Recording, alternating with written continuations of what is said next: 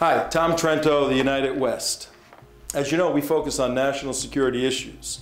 We firmly believe that the economic vitality of our country is necessary for a comprehensive national security policy.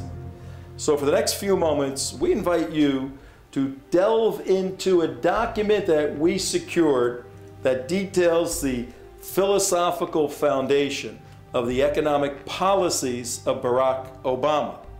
You get this? We're not WikiLeaks, but we got our hands on a document that is very informative on Barack Obama's economic philosophy and economic policy. Follow along.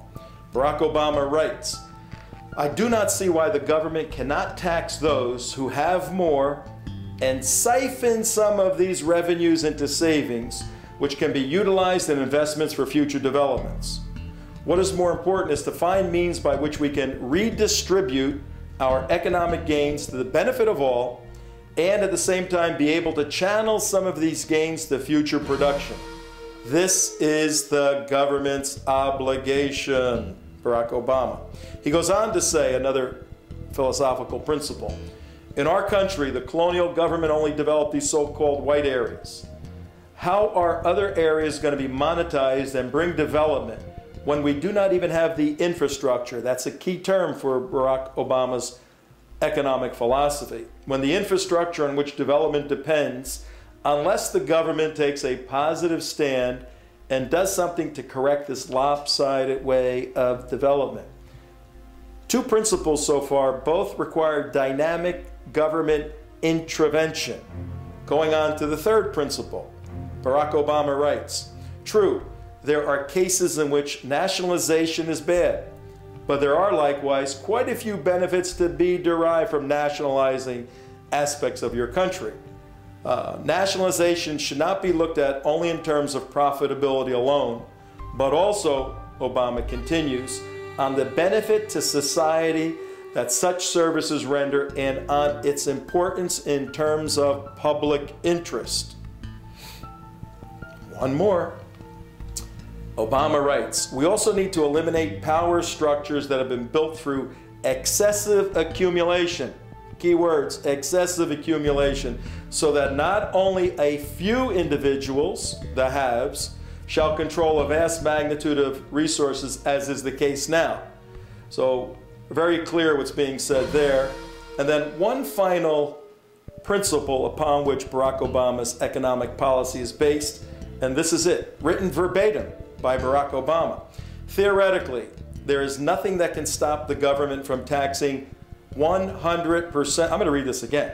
"Theoretically, there is nothing that can stop the government from taxing 100% of the income, so long as the people get benefits from the government commensurate with that income that is taxed." You know what? We're going to take this document that we have, we're going to post it online so everyone can read Barack Obama's economic philosophy and economic policy. We got it out of the East African Journal, and Barack Obama wrote it in July 1965. You see, this is Barack Obama's writing, but it's Barack Obama Sr. writing to establish an economic policy, socialist policy, for his country, Kenya, in July of 1965. Take a look at Barack Obama Sr.'s articulation of how an economy should be run. Then take a look at his son's handling of the U.S. economy and see, as you analyze both, if you could find any theme, I don't know, that may flow from a dream from my father. The National Society of Engineers, they've looked around and they give us a D when it comes to infrastructure. Our roads, our bridges, our sewer systems are all deteriorating. We don't even have a serious high-speed rail infrastructure in this country. Our broadband lines are slower than places like South Korea. Well, how? So what? We cut transportation by another third, And what's going to happen to America? We're just going to have potholes everywhere? We're just going to have bridges collapsing everywhere?